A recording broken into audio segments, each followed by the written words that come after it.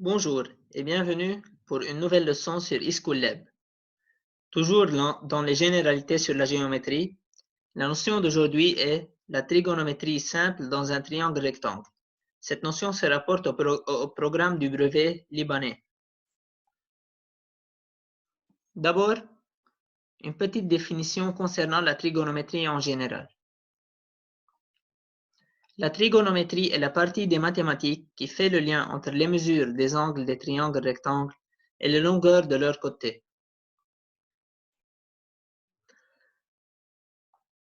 Son objectif est de calculer les longueurs des côtés du triangle rectangle et la mesure des deux angles autres que l'angle droit.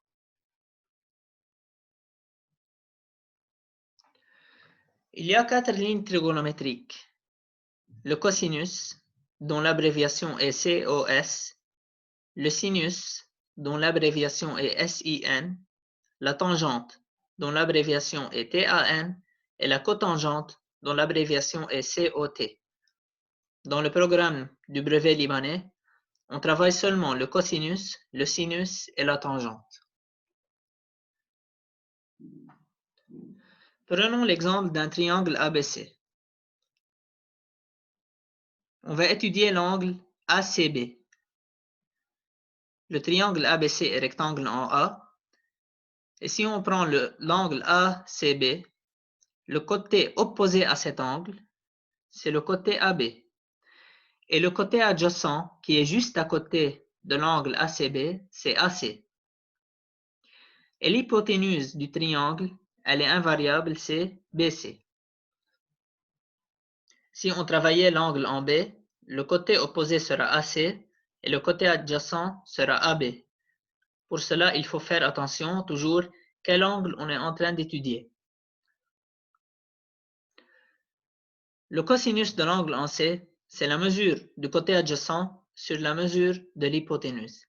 Le côté adjacent, c'est AC et l'hypoténuse, c'est CB, donc c'est AC sur BC. Le sinus de l'angle en C, c'est la mesure du côté opposé sur la mesure de l'hypoténuse. Le côté opposé, c'est AB. On prend sa mesure divisée par la mesure de BC. On a maintenant la tangente et la cotangente. La tangente de l'angle en C, c'est la mesure du côté opposé sur la mesure du côté adjacent. Et la cotangente en C, c'est l'inverse de la tangente, qui est donc égale à la mesure du côté adjacent divisée par la mesure du côté opposé. C'est-à-dire, la tangente en C sera AB sur AC et la cotangente en C sera AC sur AB. Quelques formules concernant les lignes trigonométriques. Pour l'angle en C, ou n'importe quel angle, le cosinus élevé au carré additionné avec le sinus élevé au carré est égal à 1, quel que soit l'angle. La tangente est égale au sinus divisé par le cosinus. Comme nous avons remarqué avant, la tangente, c'est la mesure du côté opposé sur la mesure du côté adjacent. Si on divise le sinus par le cosinus, on va simplifier alors la mesure de l'hypoténuse. Il nous reste alors la mesure du côté opposé sur la mesure du côté adjacent. Troisièmement, la cotangente, c'est l'inverse de la tangente, qui est égale au cosinus divisé par le sinus. Maintenant, si on prend le complémentaire de l'angle en C, qui est l'angle en B, le cosinus de B est égal au sinus de C. Si on prend cosinus de B, c'est AB divisé par AC. Le côté, c'est AB divisé par BC. Le côté adjacent divisé par l'hypoténuse. Et le sinus de C, c'est le côté opposé à C, donc AB aussi divisé par BC. De même, sinus B égale à cosinus C. Maintenant, la tangente de B fois la tangente de C est égale à 1. à cause de la partie 4 et de la partie 5. De même, la cotangente B fois cotangente de C est égale à 1.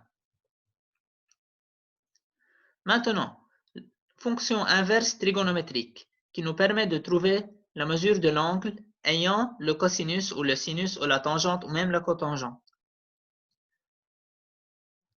Par exemple, trouvez C si cosinus C est égal à 0,5.